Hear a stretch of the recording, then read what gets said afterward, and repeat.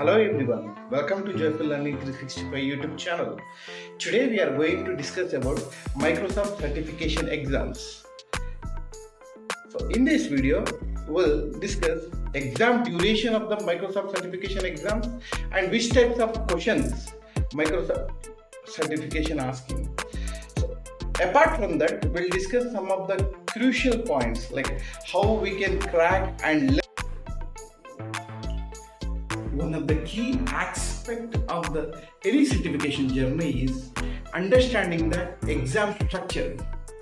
Microsoft certification exams are designed with a careful consideration of the technology, landscape and job roles. The number of the questions can be varied from the 40 to 60 depending on the exam. But remember, these numbers might be changed as technology evolves. Not forget those essential unscheduled breaks. You can take the breaks during the most exams, except Microsoft Office Specialist exam. Few minutes have been allocated for the breaks and you can take as many as you need. Just remember, the exam clocks keeps ticking during your break.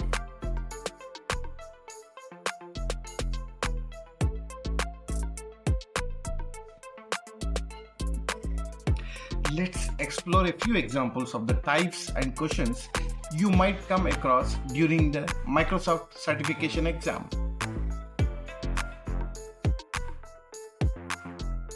Active screen questions typically include an application screenshot and simulate controls such as drop-down lists, checkboxes, and option buttons. You will need to use the controls to answer the question. You can use the split bar to resize the panes and the scroll bar to see the entire question. After you read the question, you can make your selection or selections in the dialog box. You can reverse a selection that you've made by clicking it again and making another selection, or you can clear all your selections by clicking Reset. A best answer multiple choice question, read the question carefully and then read the answer options. You will see that more than one answer choice is correct. You need to select the best response for the question.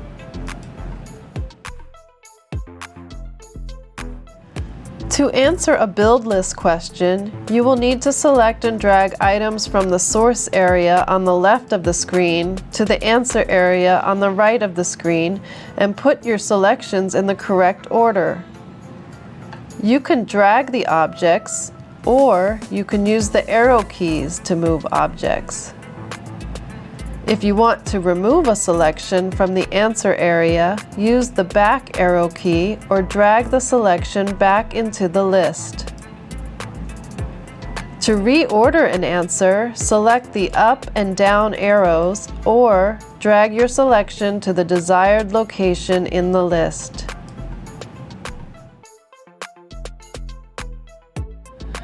A case study presents a business case and has multiple questions associated with it. To begin a case study, read the overview screen. To display the first question in a case study, click Next from the overview screen. Use the buttons in the left pane to explore the contents of the case study before you answer the questions. Clicking these buttons displays information such as business requirements, existing environment, and problem statements. When you are ready to answer a question, click the question button to return to the question. At the end of this case study, a review screen will appear. This screen allows you to review your answers and to make changes before you move to the next section of the exam. After you begin a new section, you cannot return to this section. Case studies are not timed separately from the total exam time.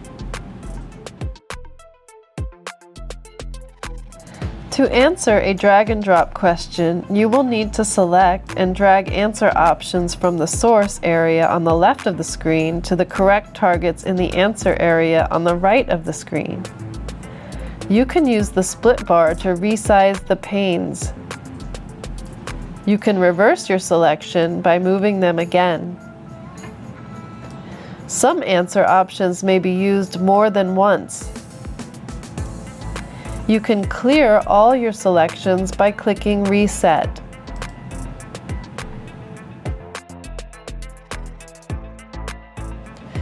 To answer a multiple-choice single correct answer question, read the question and then read the answer choices and select the correct answer.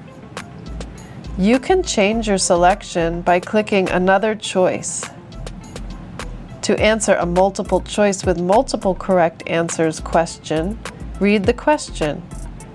A question with multiple correct responses will provide that information to you. Then read the answer choices and select the correct answers. A repeated answer choices question contains a lengthy set of answer choices. The same set of answer choices is used for several questions. An answer choice may be correct for more than one of the questions that use the same set of answers. In a short answer question, you will be presented with a situation you can resolve by writing a few lines of code. Keywords are provided for you to use in the code you write. A text entry area is provided for you to write the code. When you're done with the code, you can check the syntax. You can mark a question that you wish to review later by clicking that box. You can also mark a question for which you want to leave a comment during the comment period by clicking that box. During the comment period, you may not add or change any answers in the exam. When you complete a section of the exam, you will be presented with a review screen from which you can navigate to questions marked for review or comment. You can access the review screen for a section of the exam or for the whole exam if there are no separate sections from any question by clicking the arrow button in the upper left-hand corner of the screen. The review screen allows you to review your answers and to make changes before you end the exam. You may also filter on questions that are answered, unanswered, marked for review, or marked for comment. You can view the review screen as tiles or as a table. The table shows you the beginning of each question stem. To return to the exam questions from the review screen, select the category of question to which you wish to return, then from the table, select a question and resume answering questions on the exam. If you have answered questions, marked questions for review, or marked questions for comment, you can also select one of these filters and select a question to take you back to the exam. If you choose one of these options, you will see only those questions in that category, so be sure you have answered all unanswered questions as well as those shown in that category. Once you click Finished to end the exam, you will not be able to make any more changes to your answers. Tips for success in your Microsoft certification exam.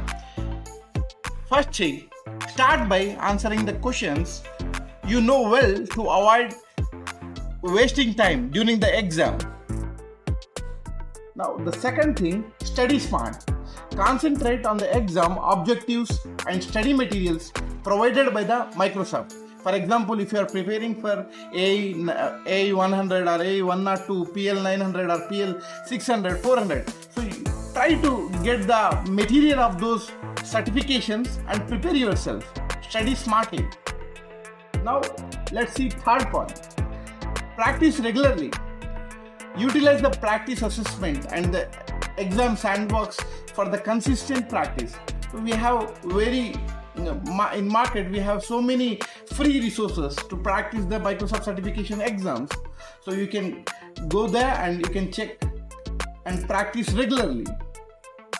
Now let's see the fourth point, time management.